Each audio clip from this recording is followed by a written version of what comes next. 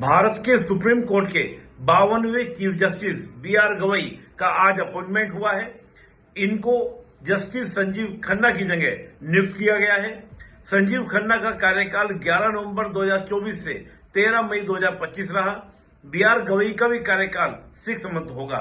अब प्रश्न उठता है कि सीजीआई की नियुक्ति कैसे होती है और साथ ही इनका कार्यकाल कितना होता है। संविधान का आर्टिकल 124(2 ये कहता है कि सीजीआई की नियुक्ति राष्ट्रपति करेंगे सुप्रीम कोर्ट और हाई कोर्ट के जज की सलाह पर। इनका जो कार्यकाल होगा वो 65 वर्ष की आयु तक होगा। लेकिन एक परंपरा बन गई थी। परंपरा ये थी कि सीनियोरिटी के बेस पर सुप्रीम कोर्ट के चीफ जस्टिस का अपॉइंटमेंट किया जाएगा। हालांकि बीच में एक दो बार ऐसा हुआ कि उस परंपरा का उल्लंघन हुआ, जिस कारण सेकंड जज केस 93 के द्वारा व्यवस्था की गई कि सीनियोरिटी ही आधार होगा और सीनियोरिटी के आधार पर नियुक्ति की जाएगी। भले ही कार्यकाल कितना भी बचा हो, 6 महीना, 1 महीना, 15 दिन, कार्यकाल से मतलब 65 वर्ष की आयु तक, उस बेस पर आपका क्या होगा, नियुक्ति होगी।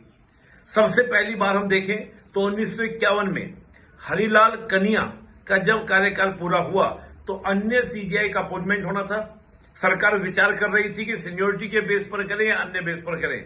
मत ये था कि अन्य आधार पर करेंगे, सीनियोरिटी बेस पर नहीं करेंगे। तब सुप्रीम कोर्ट के सभी जजों ने धमकी दी कि अगर हमारी नियुक्ति सीनियोरिटी के बेस पर नहीं हुई तो हम सब रिजाइन कर देंगे। जिस कारण सरकार ने पतंजलि शास्त्री को क्या किया, सीजीआई बनाया। ऐसा ही एक वाकया 1964 में हुआ। जस्टिस बीपी सिन्हा का कार्यकाल पूरा हुआ और अब बनाया जाना था इमाम जे को। लेकिन इमाम जे की हेल्थ अच्छी नहीं थी, स्वास्थ्य खराब था। उन्होंने खुद अपना नाम वापस लिया और गजेंद्र गढ़कर को आपका क्या बनाया गया, सीजीआई बनाया गया। तब भी सीनियोरिटी का उल्लंघन हुआ। लेकिन 2 मामले ऐसे थे जहां पर सुप्रीम कोर्ट को सोचने में मजबूर होना पड़ा। वो था कि 1973 में एएन रे को सुप्रीम कोर्ट का जज बनाया गया, वो भी 3 सीनियर जज को बाईपास कर शैलेट, हेडगे और ग्रोवर। इन तीनों ही जजों ने केशवानंद भारती केस में सरकार के विरुद्ध मत दिया था और केशवानंद भारती केस में सरकार को कटघरे में खड़ा किया था। इसलिए इनको नहीं बनाया गया और एएन रे को क्या बना दिया गया, सुप्रीम कोर्ट का चीफ जस्टिस बना दिया गया। और ऐसा ही 77 में हुआ।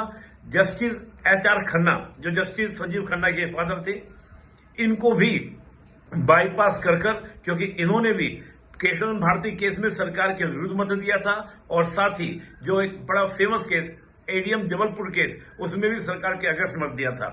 तब भी आपका एचएम बेग को सुप्रीम कोर्ट का चीफ जस्टिस बनाया गया था उल्लंघन कर। तो ये थी सुप्रीम कोर्ट के चीफ जस्टिस की नियुक्ति की कहानी। जुड़े रहे, लेट्स क्रैक इट।